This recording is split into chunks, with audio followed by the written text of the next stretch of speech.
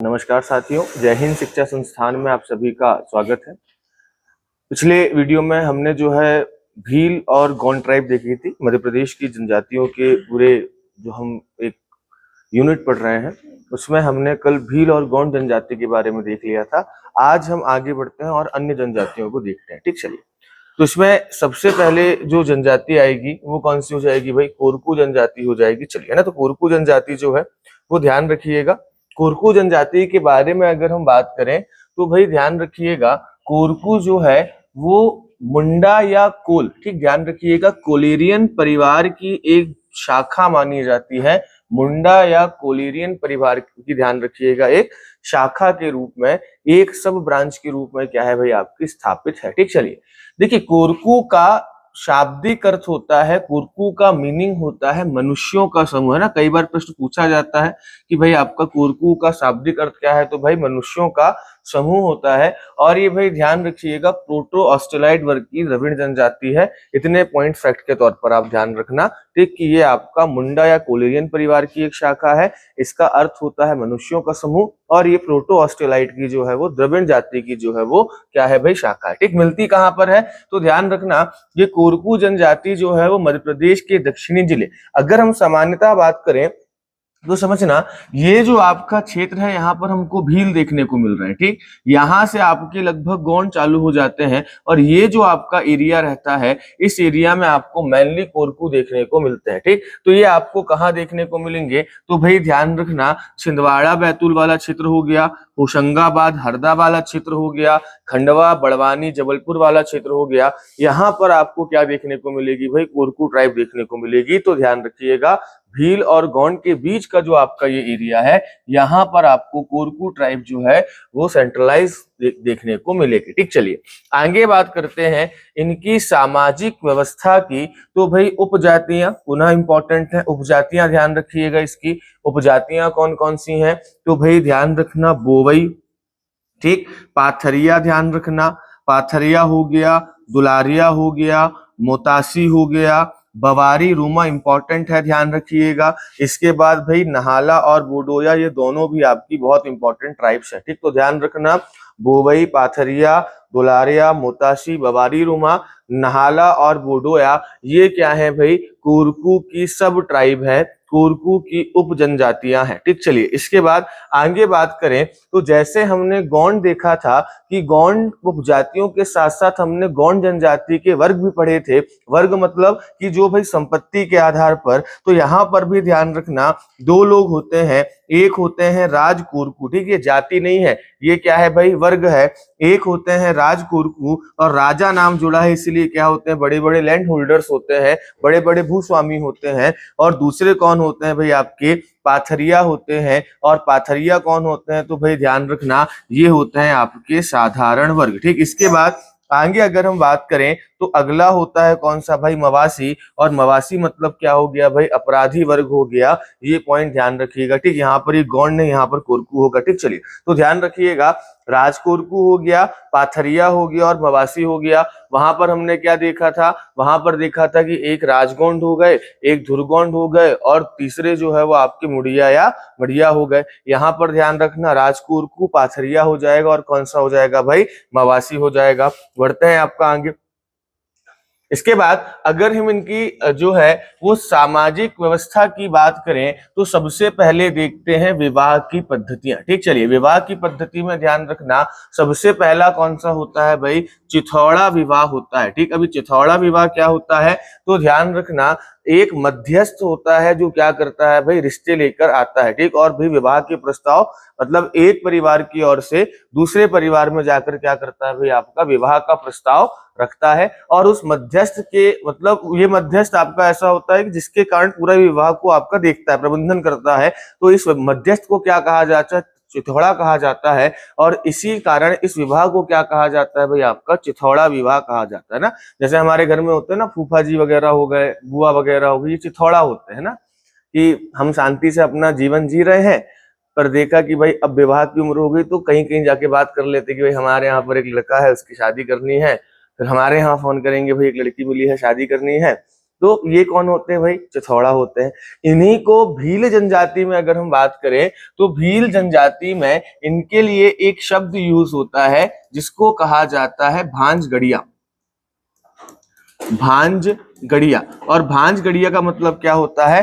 भांजगड़िया का मतलब होता है एक मध्यस्थ जो क्या करता है भाई? आपका विवाह करवाता है। तो वैसे ही ध्यान रखना, चिथौड़ा विवाह क्या हो गया भाई? चिथौड़ा विवाह हो गया जो भाई आपका मध्यस्थ के माध्यम से होता हो, जो मीडिएटर के माध्यम से जो विवाह होता हो उसको चिथौड़ा विवाह कहते हैं। ठीक, चलिए इसके बाद अगला हो गया सेवा और लमसेना विवाह। ये मैं गौंड जनजाति, भील जनजाति में आपको समझा चुका हूं। इसके बाद विनिमय विवाह भी मैं आपको समझा चुका हूं। ठीक, तो ये लगभग आपको मैंने कहा सभी में देखने को मिलेंगे। अब जैसे भाई हमने वहां पर गंधर्व विवाह देखा था भील में, जो प्रेम विवाह होते हैं उसको यहाँ किस नाम से जाना जाता है भाई? आपका राजी बाजी विवाह के नाम से जो है वो जाना जाता है। ठीक, इसके बाद क्या हो गया भाई? आपका विधवा पुनर्विवाह हो गया। और इसमें ध्यान रखना कौन सा विवाह भाई? आपका हठ विवाह। हठ विवाह में क्या होता है कि भाई जो लड़की होती है वो लड़के के घर में जाकर बैठ जाती है ना, और क्या करती है भाई? जिद करती है ना, क्योंकि हठ विवाह तो ध्यान रखना जिद्दी कौन होती है भाई?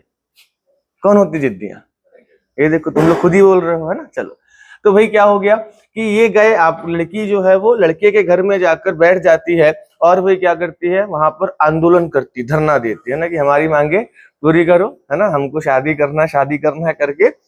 अब घर वाले जो हैं सांकेतिक तौर पर, जो लड़के के घर वाले वो उसको निकालने का प्रयास करेंगे ना, जो लड़के की मम्मी बाल बाल खींच के निकालेगी बाहर, लगा धक्का उक्का मार के बाहर निकल, लेकिन लड़की तो जिद्दी है, हठ विवाह है, तो क्या करेगी भाई? जाएगी ही नहीं।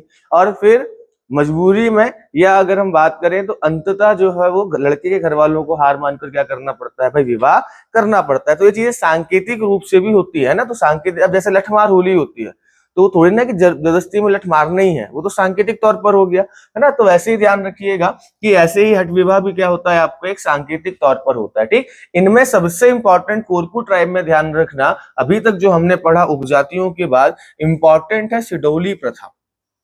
ठीक, इसमें क्या होता है? जब कोई जब किसी व्यक्ति की मृत्यु हो जाती है तो उसकी स्मृति में क्या करते हैं? एक स्तंभ बनाते हैं। ठीक, एक क्या बनाते हैं भाई? आपका एक कॉलम टाइप का बनाते हैं, एक स्तंभ वगैरह बनाते हैं। और इस स्तंभ को क्या कहा जाता है भाई? ध्यान रखिएगा, ये जो प्रथा कहलाती है स्तंभ बनाने की, इसको सिडोली कहा जाता है। ठीक, तो ध्यान रखिएगा, सिडोली क्या है?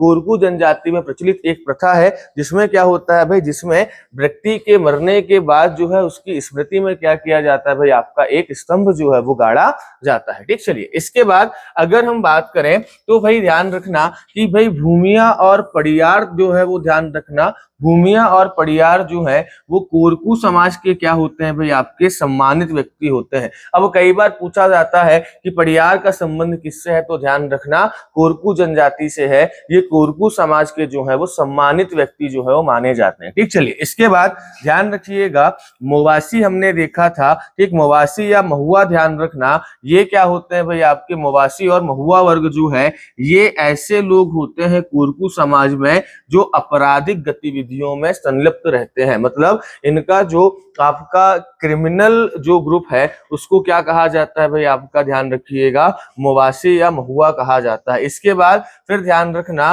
बावरिया जो है वो किसको कहा जाता है? तो बावरिया जो है वो ध्यान रखना, बैतूल जिले में जो कोरकू रहते हैं उनको क्या कहा जाता है भाई? आपका बावरिया कहा जाता है, ध्यान रखना। ठीक, चलिए इसके बाद फिर ध्यान रखिएगा भाई रूमा कौन कहलाते हैं? तो भाई अमरावती में जो रहते हैं, अमरावती, क्योंकि भाई ध्यान रखना कि यहीं से नीचे आपका क्या लगा हुआ है भाई? महाराष्ट्र लगा हुआ है, और एक अमरावती महाराष्ट्र में भी है, ध्यान रखना, है ना। तो भाई ध्यान रखिएगा कि अमरावती जिले के जो आपके कोरकू हैं उनको क्या कहा जाता है भाई? आपका रूमा कहा जाता है। ठीक, बंदूरिया ध्यान रखना इंपॉर्टेंट है, पचमढ़ी क्षेत्र में जो कोरकू पाए जाते हैं उनको क्या कहा जाता है?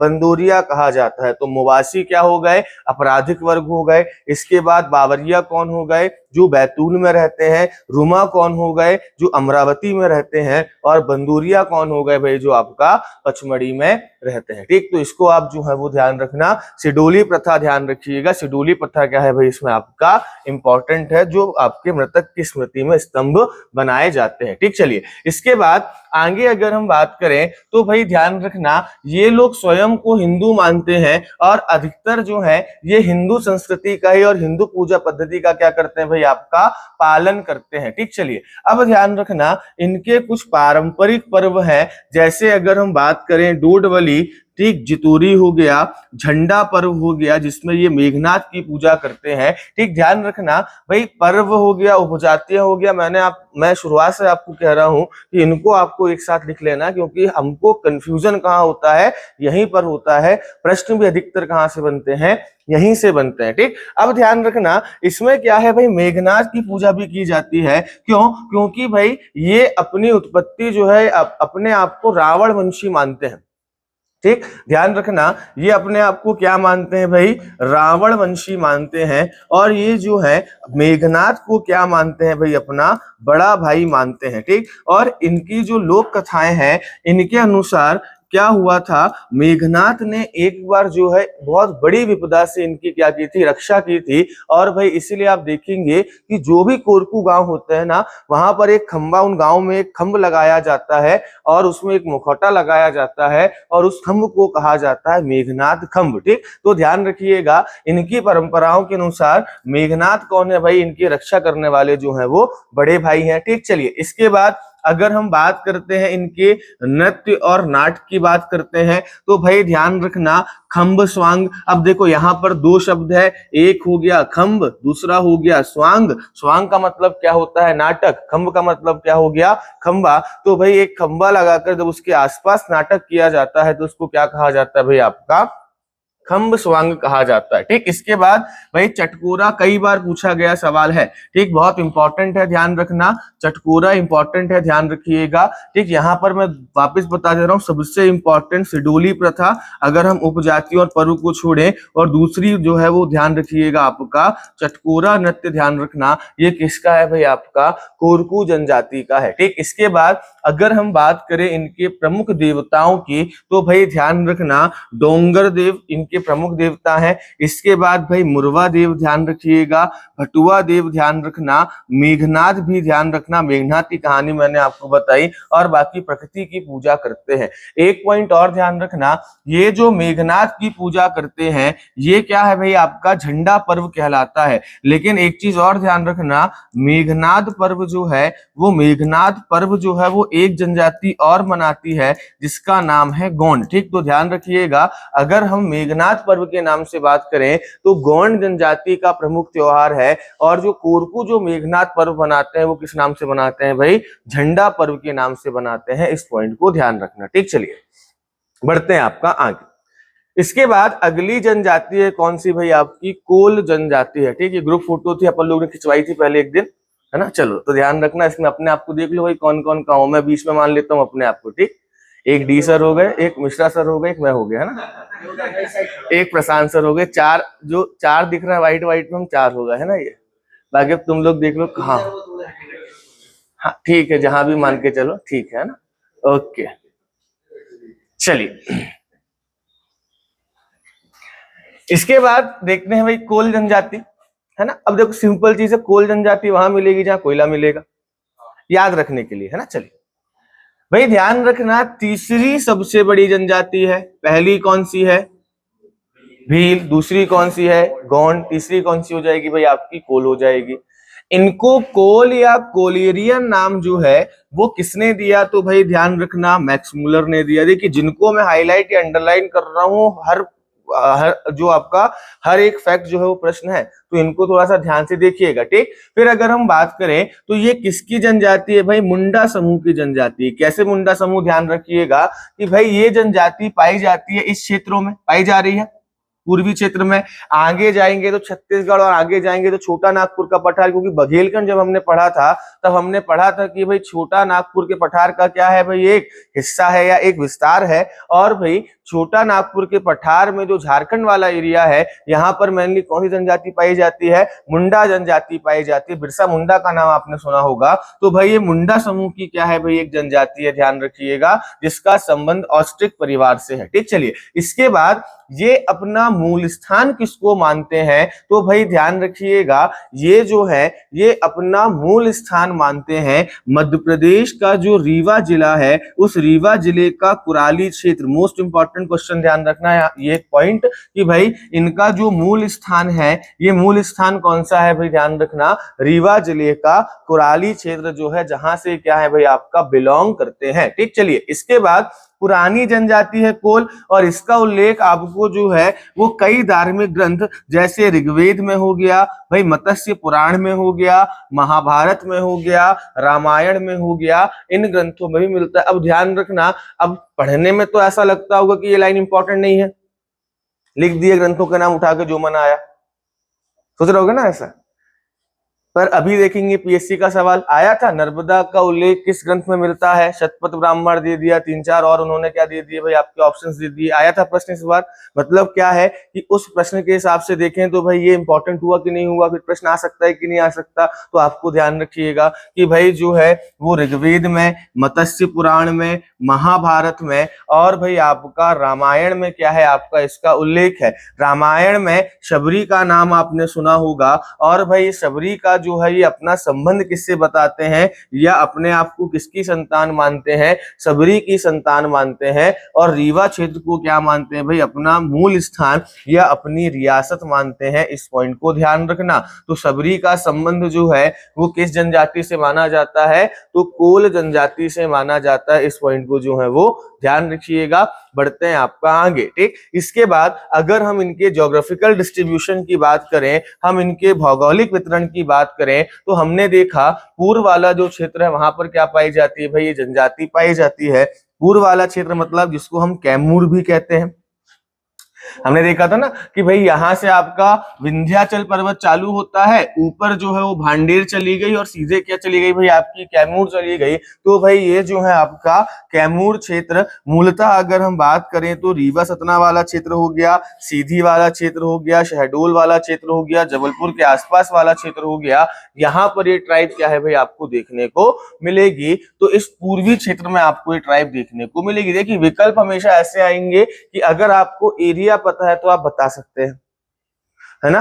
जरूरी नहीं कि जिलों के नाम पता हो, लेकिन अगर आपको जिलों की लोकेशन पता है और एक मैप में एरिया पता है कि ये जनजाति कहाँ पाई जा रही है, तो आप सही आंसर जो है वो कर सकते हैं। इस पॉइंट को ध्यान रखना। ठीक, चलिए बढ़ते हैं आपका आगे। इसके बाद आगे बात करें तो इनकी सामाजिक व्यवस्था देखते हैं। इनकी सामाजिक व्यवस्था में ध्यान रखिएगा, उपजातियों की बात करें तो भाई ध्यान रखना रौतेला और राठिया। ठीक, तो भाई यहाँ पर ध्यान रखो, ये आपका जो है थोड़ा सा एक रिदम जैसा है, रोतेला हो गया, राठिया, कठोतिया, भड़तिया। ठीक, तो ध्यान रखना, राठिया हो गया, कठोतिया हो गया, भड़तिया हो गया। इसके बाद जो है वो आपका कगवारिया हो गया, मढ़न्हा हो गया, फिर कगवारिया हो गया, रेवरिया हो गया। ये क्या है भाई आपका जो है इसकी उपजातियां हैं। ठीक, ठाकुरिया देखना क्या है भाई इसकी आपकी उपजाति है। विंज जो है वो ध्यान रखना इंपॉर्टेंट, थोड़ी अलग है। और इसके बाद दशोरा ध्यान रखना। ठीक, तो ध्यान रखना। बाकी आप देखेंगे सब में लगभग इया लास्ट में आ रहा है कि नहीं आ रहा है ना। देखेंगे राठिया, कठोतिया, भड़तिया, कगवारिया, रेवरिया, है ना, ठाकुरिया। तो ये सब क्या है भाई आप ध्यान रखना, इनकी उपजातियां हैं, इनको आपको बार बार रीड करना पड़ेगा। सबसे इंपॉर्टेंट पॉइंट ध्यान रखना यहाँ पर ये है, ठीक, जो कई बार सवाल पूछा गया है कि भाई इनकी जो पंचायत है उसको क्या कहा जाता है, गुहिया कहा जाता है। ठीक, तो ध्यान रखना, कई बार सीधा केवल एक लाइन रटी रटाई ध्यान रखना। ठीक, कोलों की पंचायत क्या कहलाती है, तो भाई कोलों की पंचायत क्या कहलाएगी भाई आपका, गोहिया कहलाएगी। कई बार ये प्रश्न पूछा जा चुका है, ठीक। और भाई ध्यान रखना, इस गोहिया का जो प्रमुख कहलाता है वो कौन कहलाता है, गोटिया कहलाता है, ठीक। तो ध्यान रखना, इसका प्रमुख कौन कहलाता है भाई आपका, गोटिया कहलाता है। तो ध्यान रखिएगा, ये बहुत इंपॉर्टेंट सवाल है, कोल में कई बार पूछा जा चुका है, ठीक। चलिए, इसके बाद इनके आवास को क्या कहा जाता है, कोल्हिन टोला कहा जाता है, ठीक। तो ध्यान रखना, इनके आवास को क्या कहा जाता है भाई आपका, कोल्हिन टोला कहा जाता है, ठीक है। जिस भी आवास में आपको टोला शब्द दिखाई दे, इसका मतलब समझिएगा ये आपका पूर्वी क्षेत्र की जनजाति है, ठीक। तो ध्यान रखना, जहां भी आपको टोला शब्द दिखाई दे, जैसे भाई पूर्वा टोला के नाम से बैगा जनजाति का निवास जाना जाता है, तो टोला का मतलब क्या हो गया भाई, ध्यान रखिए, कोल्हिन टोला जो है ये आपकी कोल जनजाति का क्या हो गया भाई आपका एक निवास, मतलब जो इनका टोला या इनका जो ग्रुप होता है उसको क्या कहते हैं भाई आपका, कोल्हिन टोला कहा जाता है, ठीक। बाकी विवाह पद्धति जो है ये इनकी क्या रहेगी भाई, हिंदू प्रथानुसार ही रहेगी। तो यहाँ पर कोल्हिन टोला ध्यान रखना, ठीक। गोहिया ध्यान रखिएगा, उपजातियां ध्यान रखिएगा, रीवा का कुराली क्षेत्र ध्यान रखना जो आपको इंपॉर्टेंट है, और भाई इनको मैक्स मुलर ने क्या नाम दिया, कोल या कोलेरियन नाम दिया। और इसके बाद ये अपना संबंध किससे मानते हैं भाई, माता शबरी से मानते हैं, ठीक। चलिए, इसके बाद आगे ध्यान रखना, इनके जो धार्मिक विशेषता है, इनमें अगर हम प्रमुख नृत्य की बात करें तो भाई ध्यान रखना, कोल है। और कोल का काम क्या है भाई आपका, दहकने का। दहकना मतलब क्या आपका, आग लगना, है ना। तो ध्यान रखिएगा, कोल और दहका, ठीक। तो ये जुड़े हुए एक दूसरे से, कोल दहका क्या हो जाएगा भाई, इनका आपका नृत्य हो जाएगा। इसके बाद इनके प्रमुख देवता देख लेते हैं, ठीक। तो वही पुराने नाम देखने को मिलेंगे थे, ठाकुर देव हो गए। बाकी प्रकृति पूजक हैं तो सूर्य चंद्र पवन इंद्र की क्या करते हैं भाई, पूजा करते हैं। तो अब ये सामान्य नाम हमको नहीं देखने। अब देखो, जब चीजें सामान्य हो बहुत सारी जनजातियों में, तो हमको क्या देखना है कि क्या असामान्य है, क्या विशेष है। तो अब देखेंगे आप, बघोसर देवता यहाँ नए देखने को मिल रहे हैं। तो बघोसर ध्यान रखना, इनका संबंध किससे हो जाएगा भाई आपका, कोल से हो जाएगा, ठीक। सन्यासी भैरव बाबा ध्यान रखना, शारदा माता तो याद ही रहेगा क्योंकि इस क्षेत्र में क्या है भाई आपका, शारदा देवी का मंदिर है। इसके बाद भाई मरी माता ध्यान रखना, एक है आपका मरी माता, एक है मरही माता, है ना। तो दोनों आपका अलग अलग है। चलिए, तो भाई ये ध्यान रखिएगा, ये आपके किसके है भाई, कोल जनजाति जो है, कोल जनजाति की कुछ विशेषताएं जो है वो आपकी हो गई। इनको जो है वो ध्यान रखना, जो चीजें मैंने आपको इंपॉर्टेंट बताई है उनको विशेष तौर पर ध्यान रखना। इस जनजाति मतलब देखिए, अनुभव के आधार पर क्या होता है, चीजें बताई जाती है, प्रश्न लगाते हैं, उसके हिसाब से चीज बताते हैं।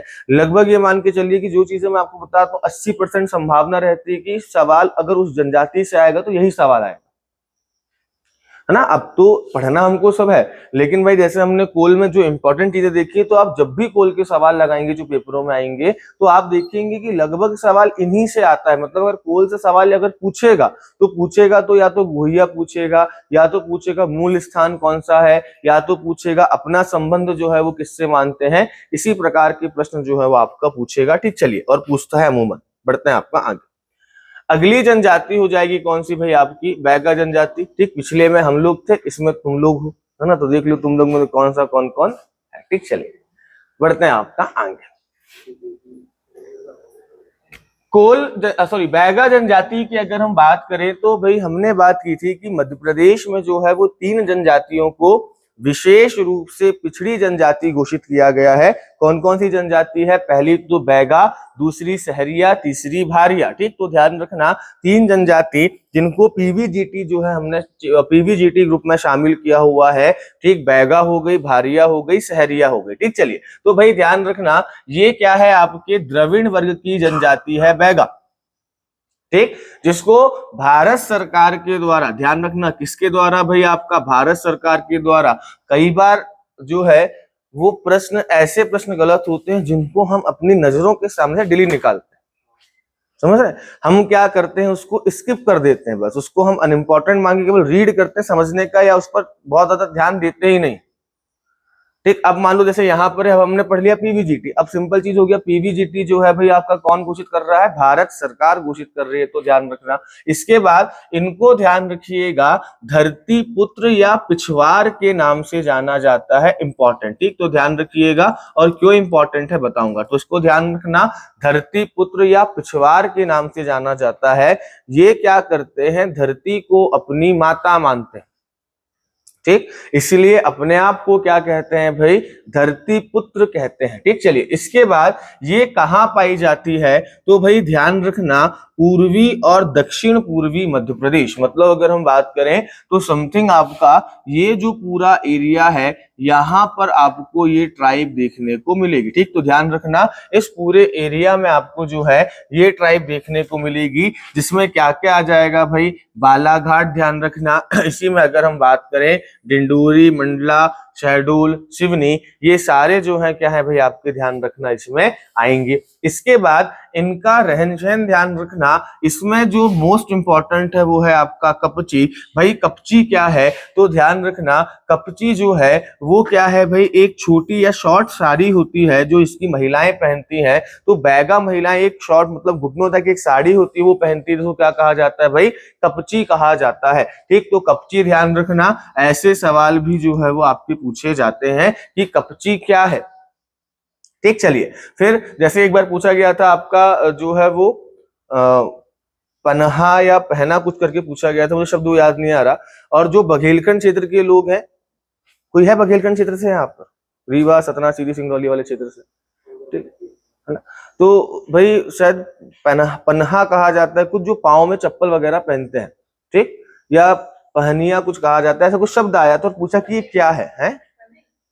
पन्ही, पन्ही है ना, चलिए पन्ही कुछ ऐसा शब्द आया था, तो उसमें पूछा गया कि भाई पन्ही क्या है ना। अब जो नहीं जो उस क्षेत्र के उनका सबका सही चला गया, क्यों, क्योंकि भाई वो तो जानते ही चप्पल को उस नाम से है ना। अब जो नहीं जानते हैं या जो उस क्षेत्र के नहीं है, उनको फिर ये चीजें याद करनी पड़ती है। तो जब वैसा शब्द आ सकता है कि भाई पन्ही क्या, उन्होंने ऑप्शन दे दिया, तो वैसे आपका जो है कपची वगैरह या जो चीजें होती हैं, जो अन्य जनजातियों में भी चीजें होंगी, देखो धीरे धीरे हम पढ़ेंगे। अभी मैंने बहुत डिटेल में आपको पढ़ाने का प्रयास नहीं किया, क्यों, क्योंकि भाई बहुत ज्यादा डिटेल में अभी हम शुरुआत में पढ़ेंगे तो कहीं ना कहीं से कंफ्यूजन ज्यादा होगा। तो पहले ये चीजें याद करो, धीरे धीरे फिर हम चीजों को आपको और बेहतर करेंगे। ठीक, चलिए तो ध्यान रखना भाई, ये छोटी साड़ी पहनती हैं जिनको क्या कहा जाता है भाई, आपका कपची कहा जाता है। ठीक, चलिए इसके बाद इनकी उपजातियां ध्यान रखना भाई, उपजातियां कौन सा हो जाएगा, तो भाई ध्यान रखना, नरोतिया, भरूतिया, राय मैना, काठ मैना।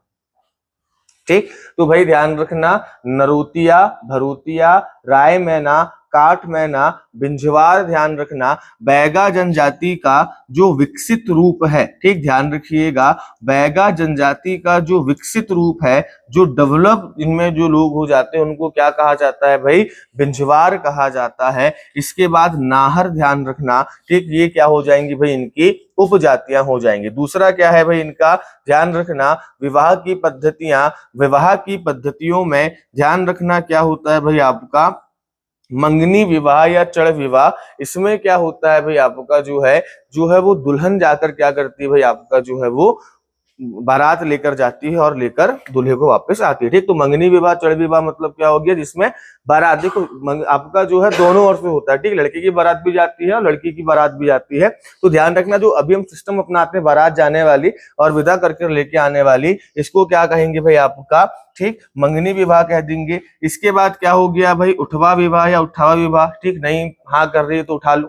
ठीक, चलो तो क्या हो गया भाई आपका उठावा विवाह। फिर क्रय विवाह तो हम पढ़ चुके हैं। ठीक, चलिए अब ध्यान रखना, अगर हम बात करें तो इसमें भाई सभी जनजातियों में हमने देखा था सगोत्र विवाह निषेध होता है, केवल जो है वो एक ही परिस्थिति में, किस परिस्थिति में भाई आपका, विडो रीमैरिज या विधवा पुनर्विवाह की परिस्थिति में जो है ये लोग क्या कर सकते हैं, एक गोत्र में विवाह कर सकते हैं। ठीक, चलिए फिर ध्यान रखना, इसमें जो है वो तलाक के लिए स्वतंत्रता प्राप्त होती है। और तलाक का सूचक क्या है, अगर पति पत्नी एक तिनके को एक साथ तोड़ दें तो क्या माना जाता है, वो तलाक माना जाता है ना, मतलब तिनका लेके दोनों तोड़ दे तो क्या हो गया भाई आपका, तलाक हो गया, इंस्टेंट तलाक, है ना, समझ लो, कोई ना कोर्ट ना कचहरी ना पैसा ना वकील, क्या करो भाई, तिनका तोड़ो, है ना। और कभी मन करे है ना। अच्छा, ये व्यवस्था नहीं कि तुमने गुस्से में तिनका तोड़ दिया, तलाक हो गया, फिर तुम फेविकॉल लेके आ गए, फिर तुमने जोड़ दिया, बोले अब एक काम करो वापस मिल जाते हैं, ऐसा कुछ व्यवस्था नहीं है। ठीक, चलिए तो ध्यान रखिएगा। क्या कोरियन, मुझे वहां का नहीं पता, मैं वहां रहा नहीं हूं आज तक, है ना। चलिए बाकी तुम लोगों के बीच, भाई तुम लोगों के बीच में रहता हूं तो मुझे इन लोग के बारे में पता है। चलिए अगली जनजाति ध्यान रखना भाई, भारिया। तुम्हारी फोटो है दोस्त, है ना, तुमने फोटो खिंचवाई थी ना, एक दिन फोटो शूट करवाई थी तो मैंने देख ली थी ना, है ना, अच्छी लग रही ना। चलिए भाई, सबसे छोटा यही लग रहा है क्लास में, है ना, तो भाई यही करो। ठीक, बढ़िया। तो भाई ध्यान रखना, भारिया जनजाति। भारिया जनजाति की बात करें तो भाई भारिया का मतलब क्या हुआ? भारिया का मतलब हुआ भाई भार ढोने वाला। ठीक, ध्यान रखना, क्या मतलब हुआ भारिया का मतलब? भार ढोने वाला। और भार वही ढोएगा जिसको क्या होगा भाई? ज्ञान का अभाव होगा, लैक ऑफ नॉलेज। ठीक, तो ध्यान रखिएगा, भारिया का शाब्दिक अर्थ क्या होता है? भारिया का शाब्दिक अर्थ होता है भार ढोने वाला, या ज्ञान का अभाव इसका क्या होता है भाई? अर्थ होता है। और ये लोग मेनली जो है हमाली का काम करते हैं या भार ढोने का काम करते हैं, इसलिए इनको क्या कहा जाता है भाई? आपका भारिया कहा जाता है। ठीक, ये लोग आपका मंडी वगैरह में हमाली का काम करते हैं, क्योंकि भाई शिक्षा ज्यादा होती नहीं है इनके पास। अब अशिक्षित है तो भाई ज्यादा अच्छा कोई रोजगार मिलता नहीं है, तो हमाली वाला है, मजदूरी वाला जो है काम करते हैं। ठीक, फिर ध्यान रखना, द्रविड़ परिवार की जाति है। ठीक, जो आपको देखे कि भाई साउथ जैसा दिख रहा है, वो क्या हो जाएगा भाई? आपका द्रविड़ परिवार की जाति हो जाएगी। और भाई ये गौंड जनजाति की ही एक उपशाखा है, क्योंकि मिल कहां पर रही है? तो आप देखेंगे ये मिल रही है छिंदवाड़ा वाले एरिया में, और ये पूरा एरिया किसका है भाई? आपका गौंड संकेंद्रित एरिया है, गौंड जनजाति का सेंट्रलाइज एरिया है। तो भाई ध्यान रखिएगा, ये गौंड जनजाति की क्या मानी जाती है भाई? एक उपशाखा मानी जाती है। ठीक, चलिए इसके बाद ध्यान रखना, ये गोंडों को अपना अग्रज मानती है, या अगर हम बात करें तो बड़ा भाई मानती है। ठीक, तो ध्यान रखना, अगर बात आई किसकी भाई? भारिया की। ठीक, तो भारिया किसको बड़ा भाई मानेंगी या किसको अपना अग्रज मानेंगी? ठीक, तो भाई ध्यान रखना, बड़ा या अपना जो अग्रज है वो माने किसको भाई? गोंड को। और ऐसे ही अगर सहरिया आ जाए तो ध्यान रखना, सहरिया ट्राइब जो है वो किसको मानेगी भाई? अपना अग्रज या बड़ा भाई जो है वो भील को मानेगी। तो इस पॉइंट को ध्यान रखिएगा विशेष तौर पर। ठीक, चलिए तो भाई ध्यान रखना, ये गोंड को क्या मानती है भाई? अपना अग्रज मानती है। ठीक, और दूसरी बात अगर हम बात करें तो ये भाई अपने आप को राजा कर्णदेव का वंशज मानती है। ठीक, तो ध्यान रखिएगा, ये राजा कर्णदेव को क्या करती है भाई? अपना पूर्वज मानती है। इसके बाद भौगोलिक वितरण की बात करें, कहां पर ये जनजाति पाई जाती है, तो हमने देखा कि भाई छिंदवाड़ा के आसपास वाले क्षेत्र में मेनली आपका ये रहती है। तो भाई ध्यान रखना, छिंदवाड़ा में भी एक विशेष स्थान है, एक पर्टिकुलर स्थान है पातालकोट, जहां पर मेनली ये जनजाति का पूरा एरिया है। ठीक, तामिया एक एरिया है छिंदवाड़ा में, वहां पर पातालकोट है जहां पर ये भारिया जनजाति जो है वो पाई जाती है। ठीक, छिंदवाड़ा के बगल में ही क्या है भाई? सिवनी, तो यहाँ पर भी ध्यान रखना। और भाई जबलपुर मंडला वाला एरिया ध्यान रखना, लेकिन अधिकतर मैक्सिमम जो है वो आपकी कहाँ पाई जाती है भाई? पातालकोट छिंदवाड़ा में पाई जाती है। ठीक, फिर ध्यान रखना भाई, छिंदवाड़ा जिले में जो है जो भारिया जनजाति है वो बहुत ज्यादा आपकी क्या है भाई? पिछड़ी हुई है। इसीलिए 1981 के सेंसस में ध्यान रखिएगा, 1981 की जनगणना में इनको क्या कहा गया? इनको कहा गया कि भाई आपको जंगलियों के भी क्या है? जंगली है, क्योंकि बहुत ज्यादा डेवलप ये नहीं है।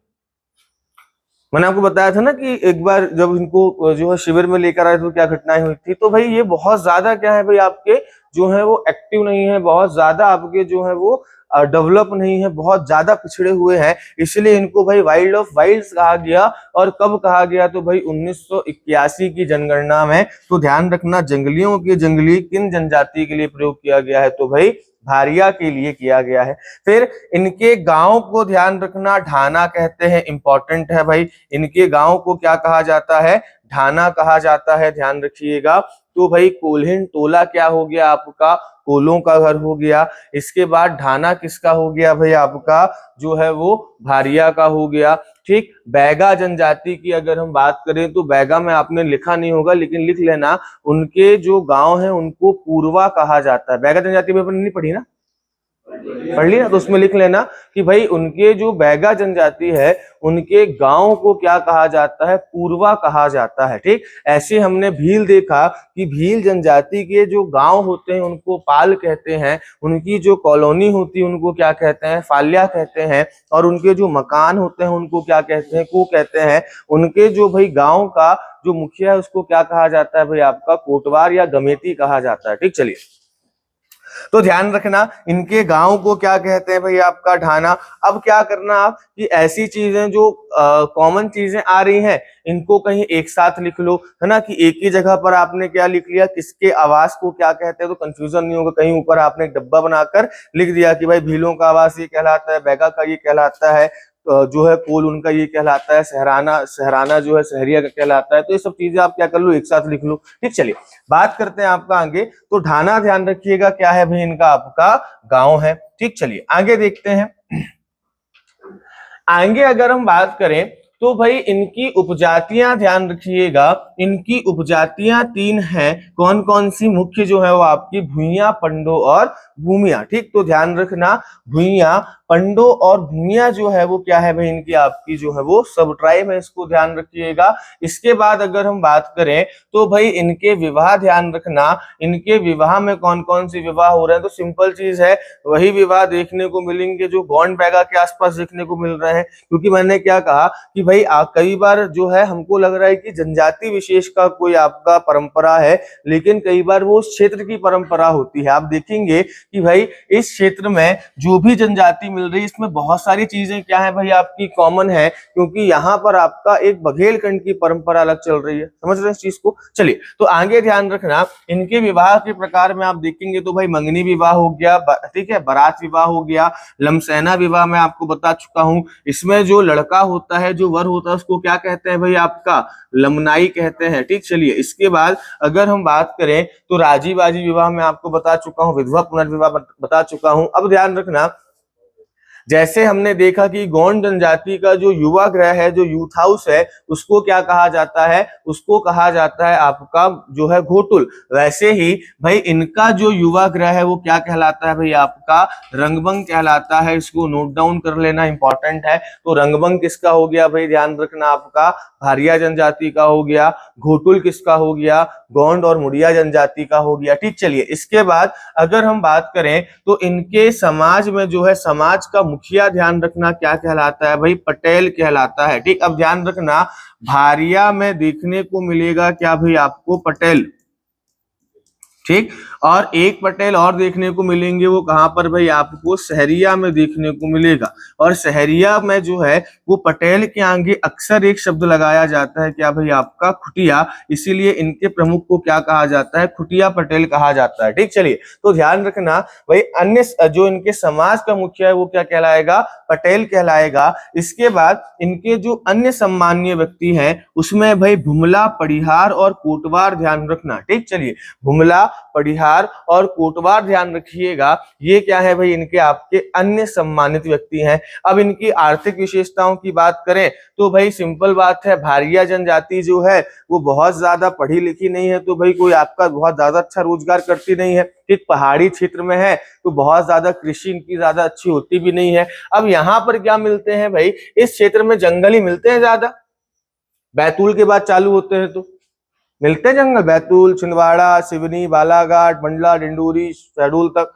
तो ये क्या करते हैं भाई, ये आपका कृषि के साथ साथ किस पर निर्भर रहते हैं भाई, फॉरेस्ट प्रोड्यूस पर निर्भर रहते हैं। अब जंगलों के बीच में ये रहते हैं तो इनको जड़ी बूटियों का क्या होता है भाई, विशेष ज्ञान होता है। इसलिए क्या करते हैं, ये वनों से उन जड़ी बूटियों को निकालेंगे और कहाँ बेच देंगे भाई आपका, मार्केट में जाकर जो है उसको, बाजार में जाकर जड़ी बूटियों को बेचते हैं। ठीक, फिर ध्यान रखना ये जो है वो किस नाम से, दाहिया या पाड़ू के नाम से क्या करते थे, स्थानांतरित कृषि करते थे। अब जो भी कृषि आपने पढ़ी है वो देख लेना, चिमाता, दाहिया, ठीक। फिर उसके बाद इसको पाड़ू भी कहा जाता है। लेकिन अब क्या करते हैं भाई आपका स्थायी खेती करते हैं, तो भारिया जो है वो भाई पाड़ू के नाम से या पूड़ू के नाम से, या अगर हम बात करें आपका जो है दाहिया के नाम से क्या करते हैं भाई, स्थानांतरित कृषि करते हैं, झूम कल्टीवेशन करते हैं। इन चीज को जो है वो ध्यान रखिएगा, ये हो जाएगा आपका भारिया जनजाति, ठीक। चलिए इसके बाद अगर हम बात करें तो भाई ये स्वयं किससे प्रभावित होते हैं भाई, आपका हिंदुओं से प्रभावित है। तो हिंदू प्रथानुसार क्या करेंगे भाई, अपनी परंपराओं को फॉलो करेंगे। इसके बाद इनके पर्व की अगर हम बात करें तो हमने देखा बिदरी पूजा गौण में भी पाई जाती है, जिसमें बादल की पूजा की जाती है, तो बिदरी पूजा ध्यान रखना। एक ये त्योहार बनाते हैं दिवाली के दूसरे दिन, जिसको कहा जाता है भाई क्या, खिचड़ी कहा जाता है, ठीक। फिर ध्यान रखना नवाखानी एक त्योहार मनाते हैं, ठीक। फिर आपका जावरा या जातरा जो है वो त्योहार होता है। फिर दिवाली होली तो मनाते ही है, ठीक। चलिए तो इसमें बिदरी पूजा, खिचड़ी, नवाखानी और जातरा जो है ये ध्यान रखना, ये क्या है भाई, इनके आपके त्योहार है, ठीक। सर से भार लिया और नीचे पटका तो आवाज आई भड़म की, ठीक। तो ध्यान रखिएगा भाई क्या हो गया, भड़म क्या है भाई, इनका एक नृत्य है। तो भाई भड़म किसका हो जाएगा, भारिया का, ठीक। दहका किसका हो जाएगा, कोल का, ठीक। तो ध्यान रखना कोल का, दहका, भारिया का क्या हो जाएगा, भड़म सैतम, ठीक। तो ध्यान रखना भड़म सैतम ये स्पेशल इनके अलग से इंपॉर्टेंट है। इसके अलावा कर्मा ध्यान रखना, कर्मा, सैला, अहिराई, ठीक। तो ध्यान रखना भड़म सैतम, कर्मा, सैला, अहिराई जो है ये क्या हो जाएंगे भाई, इनके जो है वो लोक नृत्य हो जाएंगे। इसमें सबसे इंपॉर्टेंट है भड़म और सैतम, ठीक। चलिए इसके बाद इनके प्रमुख देवता ध्यान रखना, इनके प्रमुख देवताओं में वही देवता मिलेंगे जो आपको गोंड और बैगा में देखने को मिल रहे हैं, जिसमें भाई बूढ़ा देव हो गए, जिसमें क्या हो गए भाई, दूल्हा देव हो गए, नाग देव हो गए, बरुआ देव हो गए, बड़ा देव हो गए, ठीक। ये ध्यान रखना, ये सारे आप देखेंगे बैगा में भी देखने को मिल रहे हैं आपको, और ये आपको गोंड में भी देखने को मिल रहे हैं। बस ध्यान रखना कि ये भी जनजाति वहीं पाई जा रही है, इसलिए आपको जो है गोंडों की एक उपशाखा है, इसलिए बहुत सारी चीजों में किसके सिमिलर रहेगी भाई, आपका गौंड जनजाति के सिमिलर रहेगी, ठीक। तो इनके देवता जो है वो ध्यान रखना।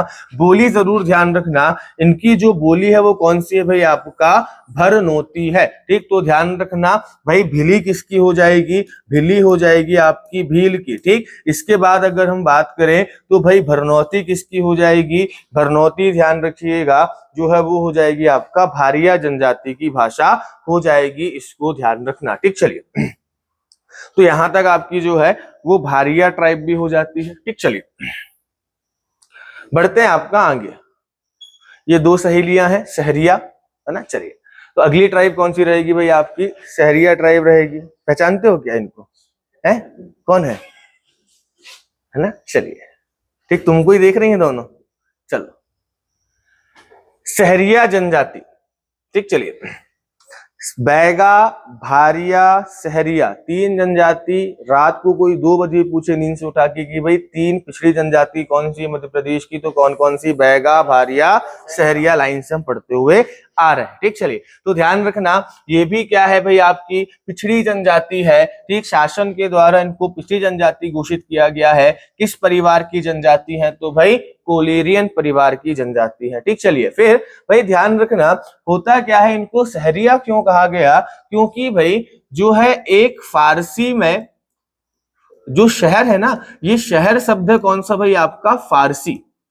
और फारसी में शहर का मतलब होता है क्या भाई, आपका जंगल, फॉरेस्ट होता है। और भाई ये लोग श्योपुर के जंगलों में निवास करते हैं, इसीलिए इन्हें क्या कहा गया भाई, आपका सहरिया कहा गया, ठीक। तो कई बार प्रश्न पूछा जाता है कि सहरिया जनजाति के लिए जो शहर शब्द यूज किया जाता है वो किस भाषा का है, तो फारसी का है। उसका अर्थ क्या होता है, जंगल होता है, ठीक। चलिए और इनका मूल निवास कहाँ माना जाता है, तो भाई ध्यान रखना ये जो जनजाति रहती है ये इस स्थान पर रहती है, ठीक। जो श्योपुर वाला एरिया राजस्थान वाला एरिया है, और यहाँ पर राजस्थान का कोटा जिला है पूरा, यहीं पर आपके जो है वो श्योपुर के जंगल वगैरह भी है। तो भाई ध्यान रखिएगा इसका जो मूल निवास स्थान है वो है आपका शाहबाद जंगल, और ये कहाँ पर पड़ता है भाई, आपका कोटा राजस्थान में पड़ता है। तो शाहबाद जंगल ध्यान रखना इंपॉर्टेंट है, ठीक। तो ध्यान रखिएगा शाहबाद जंगल जो है वो आपका कोटा राजस्थान में जो है वो आपका पड़ता है। इसके बाद अगर हम बात करें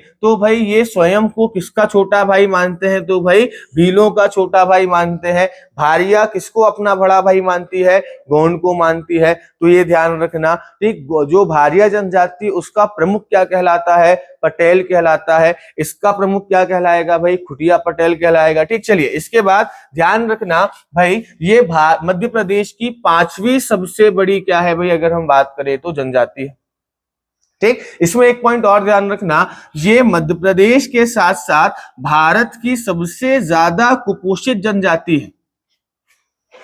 अगर पूछा जाए कभी कि सबसे ज्यादा कुपोषित जो है, ये आपका जो कुपोषित जनजाति है वो कौन सी है भारत की, तो भाई ध्यान रखना कौन सी जनजाति हो जाएगी, आपकी सहरिया जनजाति हो जाएगी। मेनली कहाँ पाई जाती है, तो मेनली पाई जाती है श्योपुर में। इसीलिए श्योपुर को क्या कहा जाता है भाई, जो है भारत का इथोपिया कहा जाता है।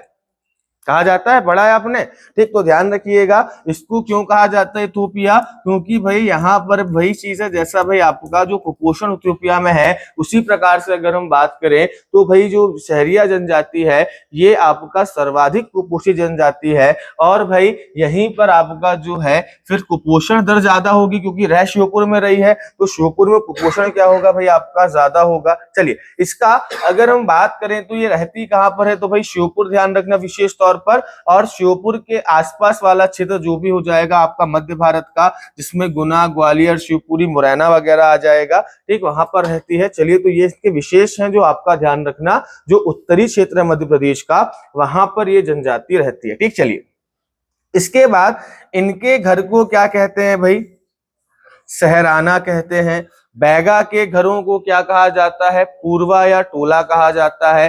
कोलो जो कोल होते हैं उनके मोहल्ले को क्या कहते हैं, कोलिन टोला कहते हैं। भीलों के मकानों को क्या कहते हैं भाई, आपका कू कहते हैं। कॉलोनी को क्या कहते हैं, फालिया कहते हैं। तो ये ध्यान रखना, इनका गांव क्या कहलाता है भाई, इनका गांव कहलाता है सहरोल। तो ध्यान रखना, घर सहराना, गांव सहरोल, ठीक। चलिए इसके बाद भाई इनके यहाँ जो सामुदायिक भवन होता है, सामुदायिक भवन मतलब कम्युनिटी हॉल, जैसे गांव वगैरह में हम क्या करते हैं, स्कूल को कम्युनिटी हॉल बना देते हैं। कोई बारात आई वहां रुक दो, है ना, कोई कार्यक्रम हो रहा है वहीं कर लो। होता है ना गांव में कि भाई जनमासा बना देते हैं जहां बारात आकर रुकती है ना। तो अधिकतर क्या होते हैं भाई, आपके स्कूल होते हैं। आप देखेंगे कि भाई पंचायत भवन वगैरह जो है या स्कूल वगैरह, उनके कम्युनिटी हॉल के रूप में क्या किया जाता है, आपका यूज किया जाता है। तो भाई ध्यान रखना, इनका जो सामुदायिक भवन होता है, इनका जो कम्युनिटी हॉल होता है, मतलब एक ऐसा भवन जहां पर सांस्कृतिक कार्यक्रम वगैरह होते हैं या कुछ सम्मेलन वगैरह होते हैं, या जिसको धर्मशाला वगैरह कहा जाता है, उनको इनकी भाषा में क्या कहते हैं भाई, आपका बगला कहते हैं, ठीक। बगला या बंगला ध्यान रखना, ठीक। तो इनमें अगर आप जाएंगे तो कहां पर रहने को देंगे भाई, आपको ये बंगले में रखेंगे, है ना। तो ध्यान रखना, अगर आपको बंगले में रहने का शौक है तो कहाँ जाना पड़ेगा भाई, श्योपुर जाना पड़ेगा, ठीक। चलिए इसके बाद भाई ध्यान रखना, ये पॉइंट्स मैंने अभी आपको बताया कि फारसी भाषा में शहर का मतलब क्या होता है, जंगल होता है। और ये लोग कहाँ रहते हैं भाई, जंगलों में रहते हैं, इसीलिए इन्हें क्या कहा जाता है, सहरिया कहा जाता है, ठीक। चलिए आगे बात करें इसमें, तो भाई ध्यान रखना, इनकी सामाजिक व्यवस्था ध्यान रखिएगा। इनका मुखिया जो है वो क्या कहलाता है भाई, आपका खुटिया पटेल कहलाता है, ठीक। तो ध्यान रखना, इनका मुखिया क्या कहलाता है भाई, आपका खुटिया पटेल कहलाता है। और भाई ध्यान रखना, लगभग सभी जनजाति मदिरा का सेवन करती है, लेकिन भील ताड़ी का और भाई ये आपका जो शराब होती है या मदिरा होती है, उसके अत्यधिक सेवन के लिए क्या है भाई, आपका जानी जाती है। तो खुटिया पटेल इंपॉर्टेंट है, ध्यान रखना, पीएससी में सवाल आ चुका है शायद 23 में, 23 वाले में सवाल आ चुका है, 23 या 22 में, ठीक। चलो इसके बाद इनकी जीविका भी वही उनके हाल हैं जो भारिया के हैं, ठीक।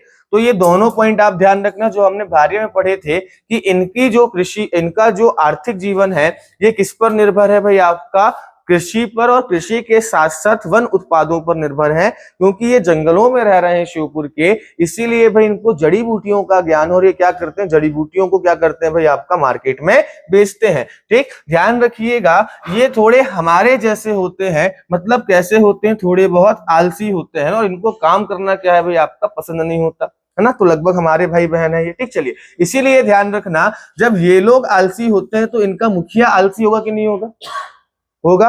और जब मुखिया आलसी होगा तो कहां पड़ा रहेगा, खटिया में, है ना। तो खुटिया की जगह क्या ध्यान रखना भाई, खटिया ध्यान रखना। तो भाई खुटिया पटेल तो क्या है भाई, काम ही नहीं करना, बस लेटे रहना, आराम करना, आलसी करना है। देखो चालू हो गया, इसका नाम रख दो खुटिया पटेल भाई। ठीक, चलिए आगे अगर हम बात करें तो भाई सांस्कृतिक विशेषता ध्यान रखना, इनके पारंपरिक नृत्य ध्यान रखिएगा। क्या हो जाएगा भाई, लहंगी डांस ध्यान रखना, ये कई बार पूछा गया है। ठीक, इनके पारंपरिक पर्व जो है वो बहुत ज्यादा इंपॉर्टेंट है। हमने अगर जिसमें पढ़े उसमें ये बहुत ज्यादा इंपॉर्टेंट कई बार पूछे गए हैं। ठीक, लहंगी किसका है भाई, ध्यान रखना सहरिया का है।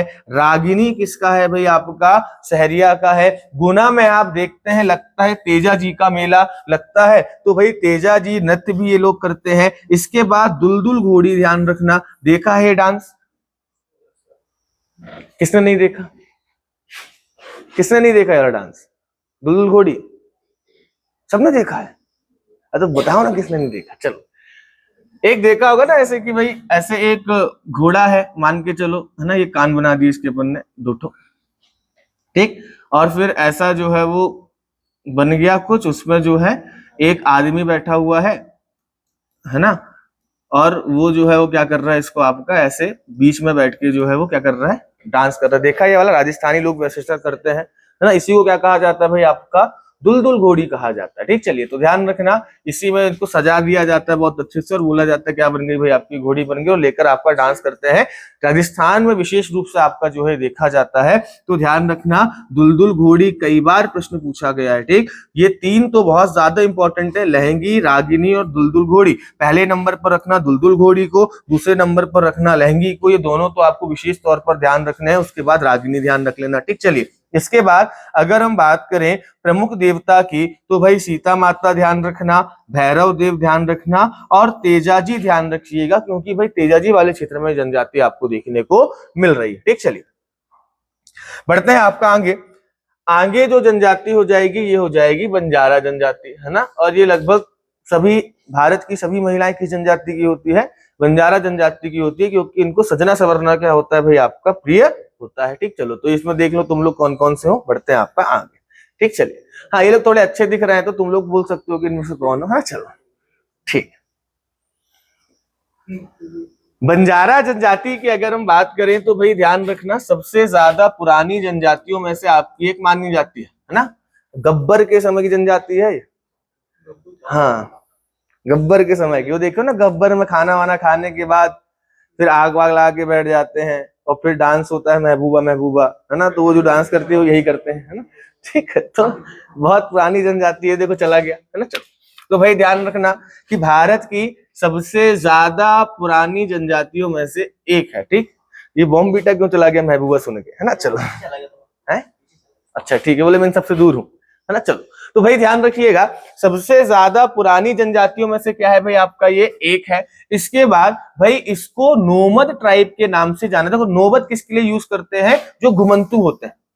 आपने बंजारा जनजाति को देखा होगा, बीच बीच में हमको दिखते रहते हैं भाई, कहीं भेड़ लेकर आ गए, कहीं बकरी लेकर आ गए, कहीं ऊंट लेकर आ गए। तो भाई ध्यान रखना, इनको ये जो घुमंतु जनजातियां होती है ना, इनको क्या कहा जाता है भाई, नोमद ट्राइब कहा जाता है ना। और नोमद ट्राइब का मतलब क्या हो गया भाई, आपका जो है नोमद ट्राइब का मतलब हो गया घुमंतु जनजाति। ठीक, चलिए इसके बाद अगर हम बात करें तो ये किसमें रहते हैं भाई, आपका कबीले में रहते हैं। ठीक, तो ध्यान रखना किसमें रहते हैं भाई, आपका कबीले में रहते हैं, कबीले के फॉर्म में रहते हैं। इसीलिए भाई इनको जो है वो ध्यान रखना, आप देखते हो पूरा कबीला बनाकर एक साथ चलते हैं, टोला बनाकर। ठीक, तो ध्यान रखना ये कबीलाई परंपरा को क्या करते हैं भाई, आपका फॉलो करते हैं। तो ध्यान रखना नोमद ट्राइब है, नोमद मतलब क्या होता है, घुमंतु जिनका कोई भी स्थायी निवास ना हो। दूसरा क्या है भाई, आपका जो है वो कबीलाई परंपरा को फॉलो कर रहे हैं। ठीक, तो ध्यान रखना कबीलाई परंपरा को फॉलो करते हैं। फिर भाई इनको कंघी के आविष्कारक के रूप में जाना जाता है, क्योंकि भाई ये सबसे ज्यादा सजने वाली जनजाति, इसकी जो महिलाएं होती हैं ये सबसे ज्यादा, कभी भी आपको पूछा जाए कि भाई पूरे विश्व की या भारत की तो चलो मान ही लेते हैं, भारत की सबसे ज्यादा श्रृंगार प्रिय जनजाति कौन सी है, जिसको भाई आपका श्रृंगार करना पसंद है, तो भाई ध्यान रखना वो कौन सी जनजाति हो जाएगी भाई, आपका बंजारा जनजाति। आपने बंजारा महिलाओं को देखा भी होगा, है ना, पूरा हमेशा जो है वो बिल्कुल तैयार होकर जो है वो घूमती है। चलिए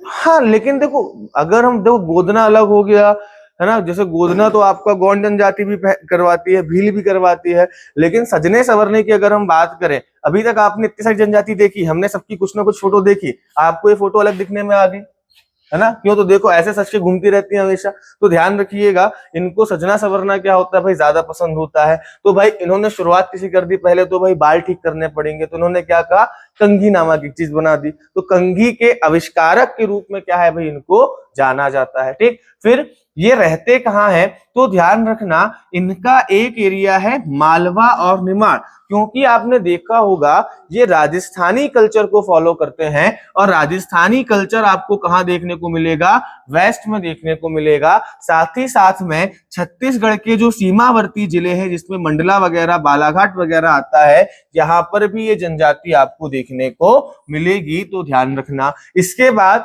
अगर हम आर्थिक विशेषताओं की बात करें, तो भाई ध्यान रखना, ये लोग क्या होते हैं, घुमंतू होते हैं। तो भाई अपने जीवन यापन के लिए, देखो समझिएगा, अब घुमंतू है, अब देखो प्रमुख व्यवसाय ध्यान रखना, जो स्थायी तौर पर रहना वो कृषि कर सकते हैं, लेकिन अब जो घुमंतू जनजाति जो यहाँ वहां घूमती के अपने साथ खेत लेकर चलेगी नहीं। अब जीवन यापन की ऐसी कौन सी चीजें जो अपने साथ लेकर चल सकती है, तो भाई पशु। तो ये लोग क्या करते हैं, मेनली आपका पशुपालक है, पशुपालन करते हैं। आप देखते हैं बकरी लेकर, ऊंट लेकर घूमते रहते हैं, है ना, बकरी भेड़ ऊंट लेकर घूमते हैं। तो ये मुख्यतः क्या काम करते हैं भाई, आपका पशुपालन करते हैं। दूसरा, इसमें ध्यान रखना, इनकी जो महिलाएं होती है ना, ये महिलाएं आपकी अपराधों में संलिप्त रहती है। देखो होता क्या है, सिंपल बात है, स्थायी निवास नहीं है, स्थायी निवास नहीं तो कोई डॉक्यूमेंट नहीं है ना। अब डॉक्यूमेंट नहीं है तो भाई सरकार की योजनाओं का लाभ वगैरह नहीं मिल पा रहा है। तो आप देखेंगे, अधिकतर देखना आप, बंजारा जनजाति की महिलाएं आपको अधिकतर यूट्यूब वगैरह में से वीडियोस आपको कई बार आते होंगे, या जब अपराध की कोई वो आती है तो आप देखते होंगे, बंजारा ट्राइब क्या करती है भाई, आपका जो है वो अपराधों में संलिप्त रहती है ना। अपराध और वेश्यावृत्ति में जो है ये लोग आपके संतप्त रहते हैं। जैसे आप देखेंगे भाई, चोरी वगैरह जो महिलाएं दुकान जाकर जो है सामान को चोरी करती हैं, तो ये आपका इस महिला जो है इनमें अपराधी वर्ग है। ठीक, तो ध्यान रखना, इनकी जो महिलाएं हैं वो अब सरकार, देखो उनकी मजबूरी भाई, क्या योजनाओं का लाभ नहीं मिल रहा।